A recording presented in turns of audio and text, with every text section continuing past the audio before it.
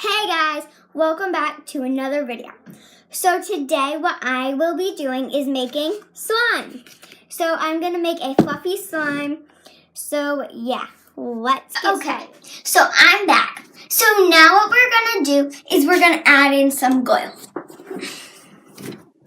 And remember, we're making fluffy slime. So that's why we have the shaving cream, but it's not on the table. I think that's about enough. So yeah. So now what I'm going to do is add in some of this. The purple that I have does not really work, so I'm just mixing these two colors and see what color it makes. Did you look, a bubble?